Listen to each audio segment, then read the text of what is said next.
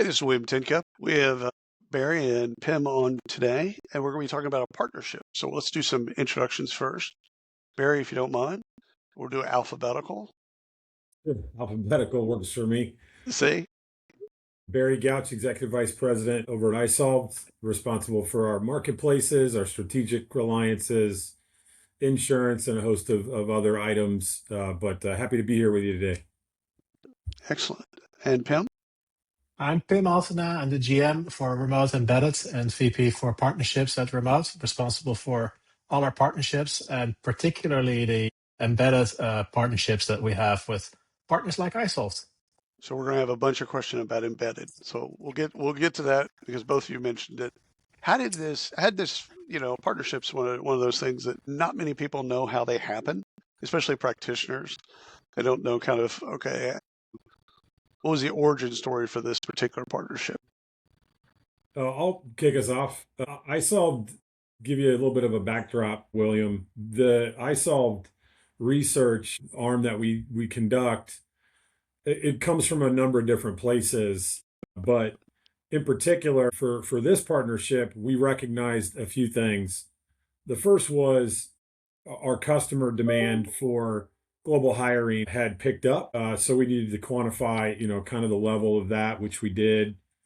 We also conducted research through a number of analyst groups that we rely on to provide us with, some of the future of work and what we expect to occur. And then the last thing is we obviously use competitive intelligence to help support our initiatives. So when we looked at kind of all three of those things were bubbling up, hey, global hiring, global mechanisms to pay folks, which we didn't have resident in our platform at the time. All those things pointed toward us developing a solution, whether it would be a partnered solution or whether it would be one that we created on our own. We felt that the partnering aspect was more important for us in that regard. It's not our key competency, but we know we needed to deliver it as the SMB and mid-market space need for global hiring was starting to accelerate. So conducted an RFP, narrowed it down using our criteria from 10 to 5, and then took the RFP request to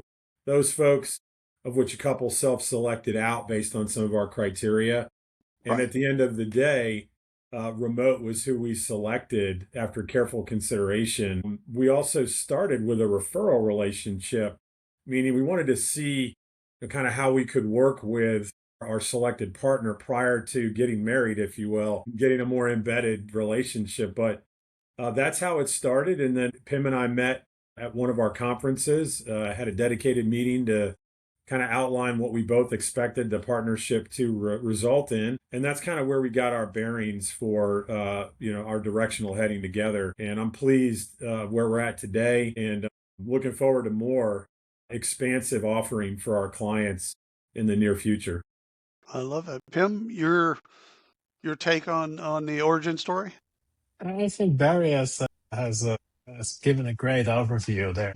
Yeah, I think one thing to add to that, like at Remote, we've been building the infrastructure for global hiring and paying people compliantly since 2019, and we from the start have set out to build this in a way that is embeddable and API first, so that with the vision that we will prove this in our direct channel, but the real value is in partnerships. And that's different than some of the other folks that you would call competitors. The embeddable part is actually different than some of the other models that are out there, right? Absolutely, and that's something that we have invested in from the beginning, from the product perspective, obviously, right? But also from the go-to-market perspective, right? Like how do you help your partners be commercially successful in the marketplace with these embedded offerings? We're very proud now to have these embedded partnerships with employer of record, contractor management, global payroll, and support any hiring model that our partners may need. So you can hire and pay anybody across the world compliantly, regardless of what model they're in. And it's very complementary to HR tech platforms like isolved, where you're not competing. You're not going after the same business. No, if you exactly. are, somebody's in the wrong RFP or whatever. Yeah, exactly. You know, the Barry is talking about the SMB in the mid market, right? Like these businesses, they were already using iSolved for their HR and their domestic payroll. Once they're ready to make the step and make their first international hire, that's when we come in, That's and right. they can buy these solutions from iSolved under the iSolved brands, and it's the same product experience within iSolved. And that is a very powerful It's proposition. I love that. Barry, you mentioned the embed part of remote and their solution. That was important for you, right? It was, in fact, it was one of the criteria of our RFP is how seamless can the integration occur so that it Right. could be embedded and feel like one solution. In addition to that, you know, it needed to be simple. So one of Yep. the benefits that we found with remote was, you know, he mentioned three options for, you know, hiring abroad and across borders. And you have an easy employer of record model, you have a global payroll Right. model, and you have contractor model that's out there. And it depends on the country, it depends on the business situation, what's most advantageous. And for our customers, simplicity is important. So one of the benefits of our partnership with Remote offers those three options within one platform, making it very easy for us to integrate and operate along one line of business for our customers so they can choose what option best suits them. Same platform, same simple approach. It doesn't have to be overly complex, and they're compliant in all three of those. So to me, that was really important. The simplicity of the API build, the customer experience, and they're so far have delivered really well. It's a testament to their work. Knowing a lot of iSolve customers, keeping them in the system, a system that they already kind of know and love, making that easy for them. But it opens up that talent aperture. So now they can look at talent. And if they're in Cedar Rapids, it's not just the talent in Cedar Rapids. They can look at talent all over the world. So now they have a much larger way of looking at talent. I love it being, again, in app, so they don't have to learn something new. It's just now it's if you want to hire someone and they just so happen to be, in London, okay, well, there's payroll rules and regulations and compliance that are, for London and England in general. And I remember the first time I looked at payroll libraries, this is 100 years ago, just for America. So it was a domestic payroll provider, and it was so confusing to look at all the payroll libraries because of federal, state, municipal. Like if Seattle changes their minimum wage on a Monday, you've got to be compliant, by Tuesday. So how do you keep up with all that madness? And then all of a sudden, I think the State Department says 192 countries that we can do business with. 192 countries, they've all got territories. They've all got different compliance. Like, we don't want to learn that stuff. Let remote learn that. To William, I try and put myself in the chair of the HR practitioner in a lot of ways when making decisions. Like you can use data, which you should use data to help you make decisions. But our best compass is what is that HR provider, that practitioner faced with on a day to day. And I think one of the challenges is to continue to staff your workforce with the appropriate talent that's skill based, as you know, the type of skills that people need to bring to the workforce today. And being that geography tends to be how people hire, that's no longer the case. I think it's more HR practitioners can really focus in on skill to build their teams and talent and have no boundaries from a geographical standpoint. That's, I think, something that HR practitioners are beginning to really accelerate with in this new technological age with AI supporting recruiting and kind of things of that nature. So if you're going to give them that ability to really source by skill, got to give them the ability to actually hire and be compliant, right? So I think SMBs and mid-market can compete with enterprise level businesses if they have those two components Right. from a skill recruiting standpoint.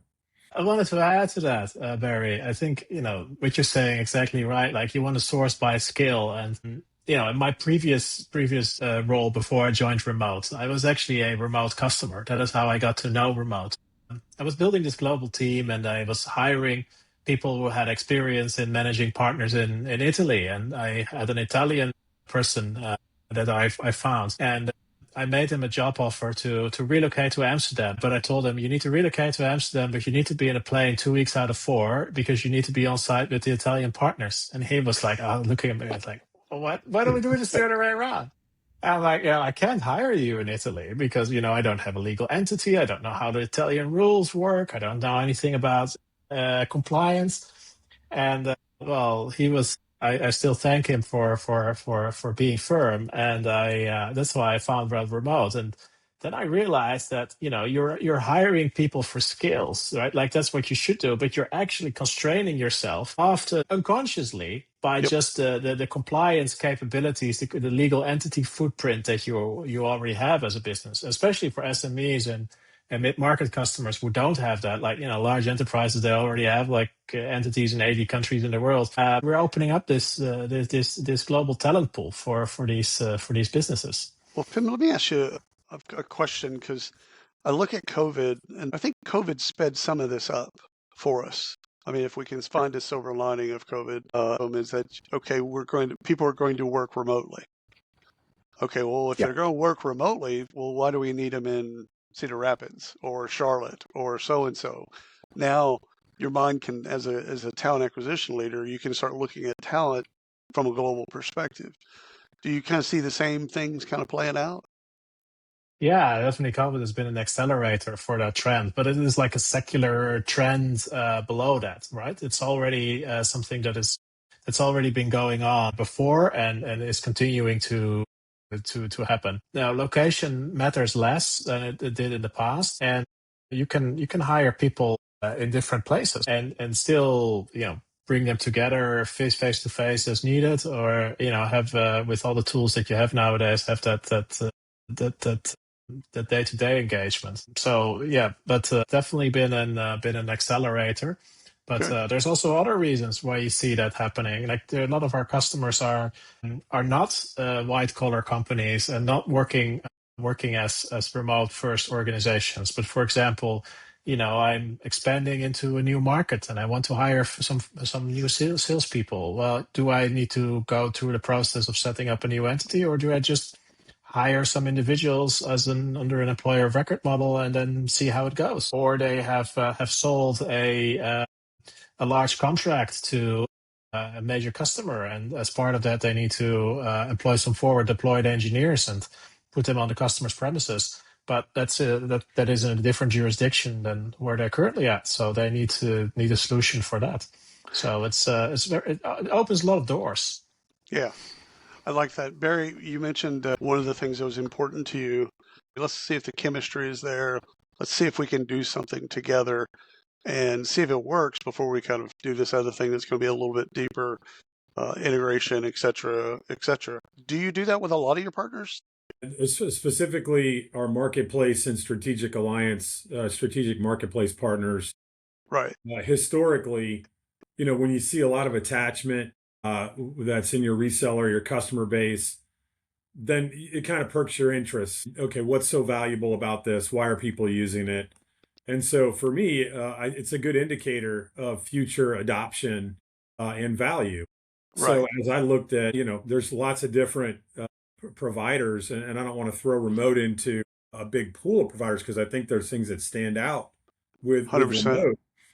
But they were very diligent when we would refer.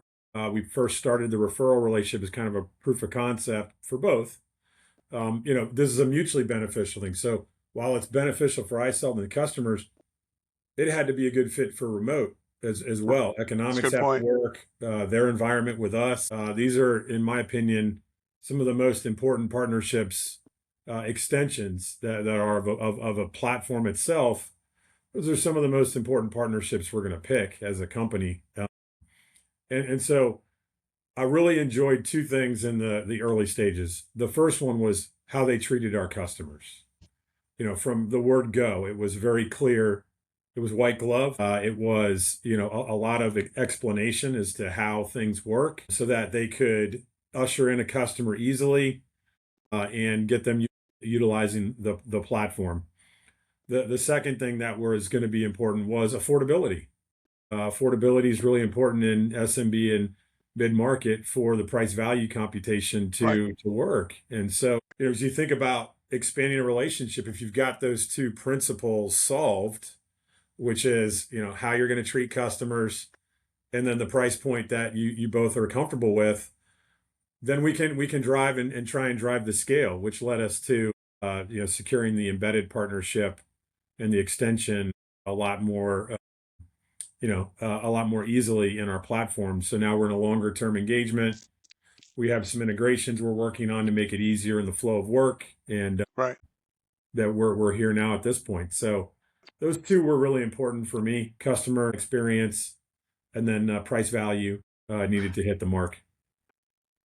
Pim, from your perspective, at one point when I was doing global hiring, Germany and France had kind of some of the most complex compliance things that were going on that were kind of foreign to me. Is that still true?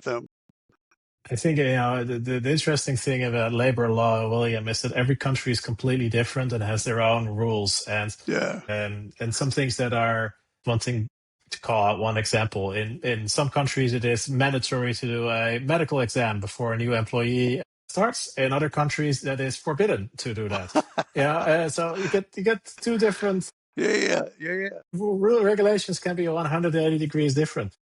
France and Germany are, indeed, they are like many other countries in continental Europe, but they have very high degrees of employee protections, and that generates a lot of extra rules and things that you need to stay in compliance with. The beauty of remote is like what you said earlier about Seattle. We're tracking all these rules in all these countries, in all the 100 countries in the world where we operate, and make sure that all of these new rules are included into our platform, that the rules are there, that through AI you're alerted when you're about to make a mistake, and that we don't allow you to make these mistakes as a customer.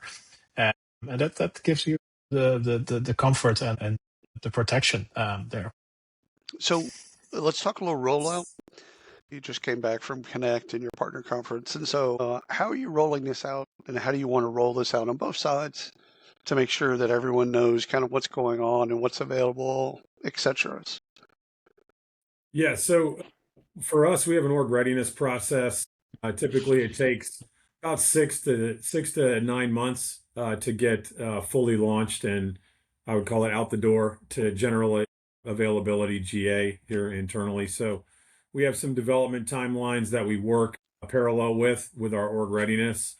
Org readiness to include communication, marketing materials, price guides, right? All those things have to kind of happen before the race starts, if you will, and the flag goes up and we take off out of the gate, right? But I think for us, we do know our customer base is already kind of primed and ready to receive it. Again, we did that proof of concept, if you will. So we have a lot of general knowledge around the relationship already. Right. Now it is about taking step 2, which is, okay, we recognize the importance and we recognize the value.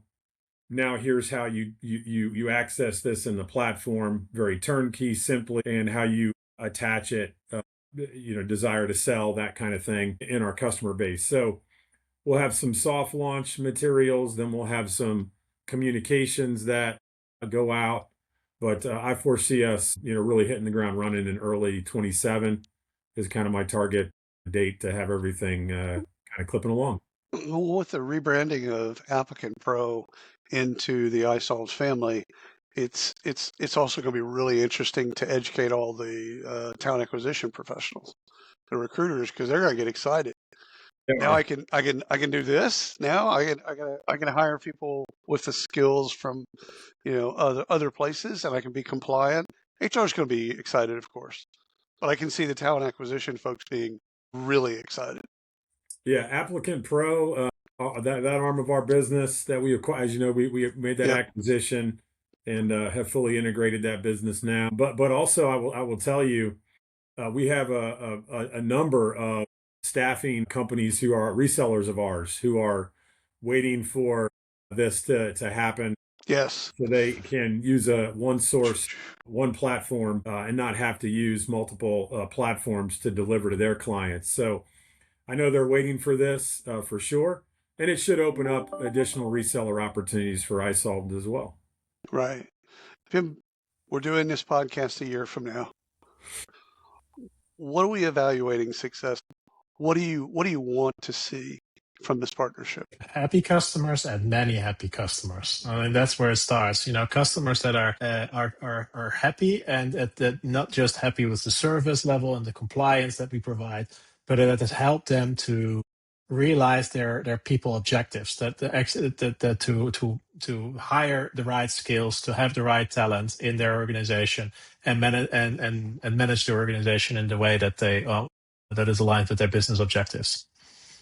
I think the future of work is building teams around skills, not limited by geography in the future. And if you think about the competitive nature of talent these days, I think in order for an SMB customer, mid-market, and I'm thinking 0 to 500, 1 to 500 employees, to compete with the enterprise talent recruiting arms, you kind of have to have these options available to drive your business forward. You had a question about COVID earlier, and I do think it was an accelerant to global talent, and we just started this phase. I think it is very great for us to think about it this way. Workforce capital management is really more the future, not human capital management. Right. So if you think of all the things that go into workforce, global hiring, multi-language, right?